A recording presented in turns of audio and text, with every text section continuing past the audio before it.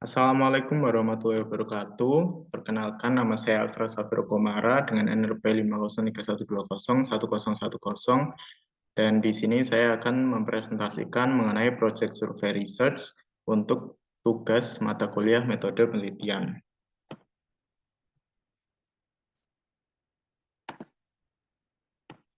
Dan di sini saya melakukan replikasi dari artikel yang berjudul Impact of the Perceived Risk in Influencers Product Recommendations on Their Followers' Purchase Attitudes and Intention.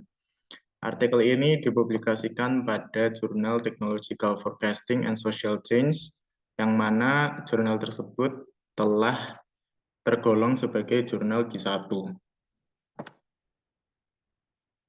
Kemudian untuk gambaran umum dari penelitian ini, jadi penelitian tersebut berusaha untuk melihat apakah terdapat pengaruh dari risiko yang diterima oleh audiens pada produk yang direkomendasikan oleh influencer terhadap purchase attitude dan juga purchase intention mereka. Dan secara umum, sebenarnya dampak penggunaan influencer dalam merekomendasikan produk tertentu kepada audiens itu telah banyak diteliti oleh literatur lain. Sehingga pada penelitian ini dilakukan analisis lebih lanjut untuk melihat kesenjangan dengan mempertimbangkan unsur risiko yang dirasakan oleh audiens terhadap efektivitas rekomendasi produk oleh influencer.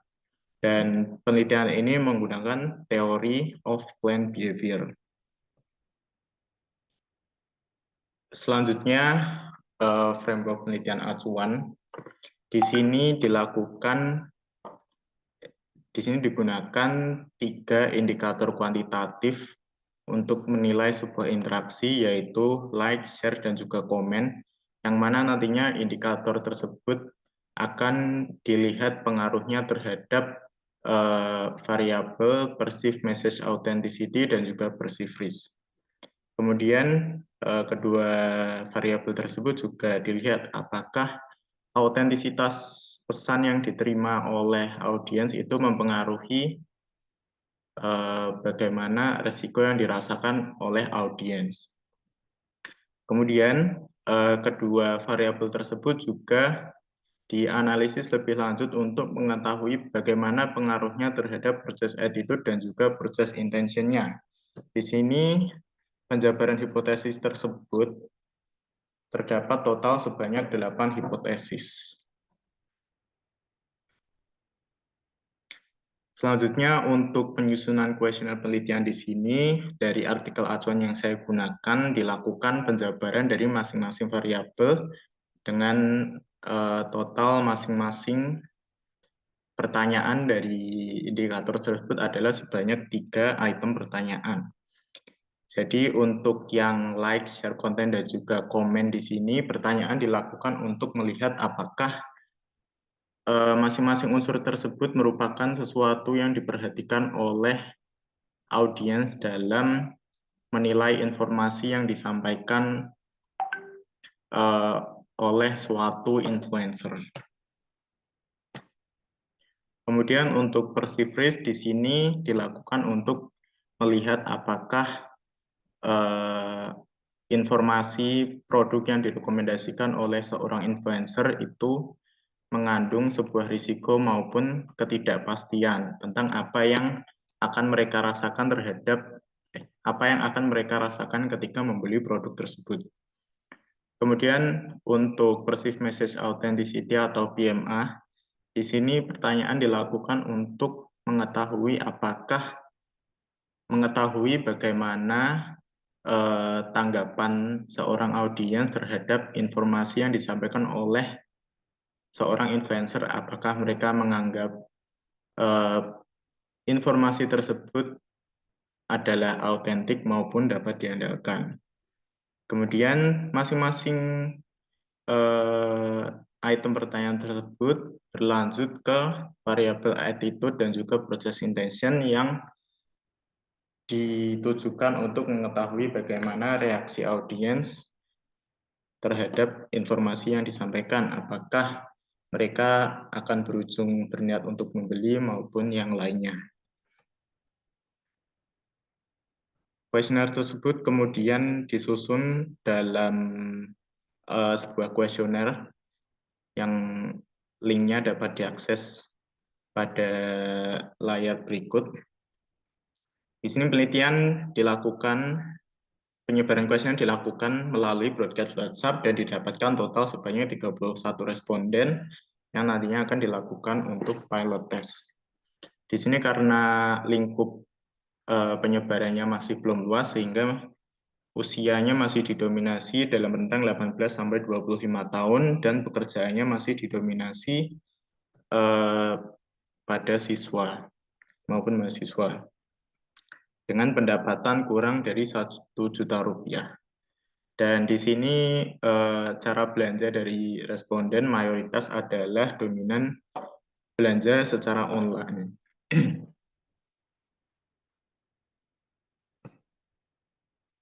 Nah, kemudian hasil dari penyebaran kuesioner tersebut dilakukan sebuah pilot test untuk mengetahui apakah kuesioner tersebut telah valid dan juga reliable untuk dilanjutkan kepada penelitian yang sebenarnya.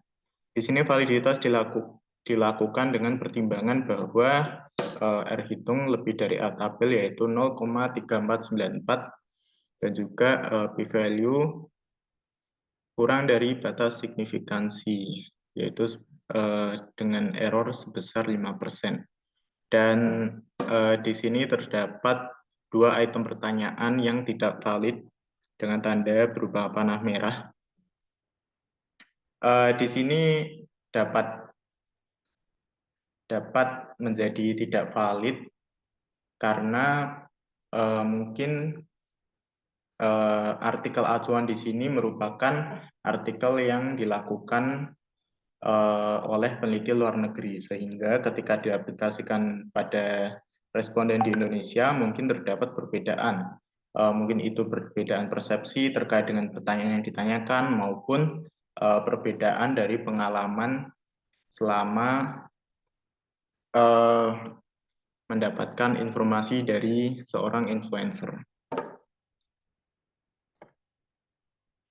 Selanjutnya untuk uji reliabilitas di sini menunjukkan bahwa seluruh item pertanyaan tersebut adalah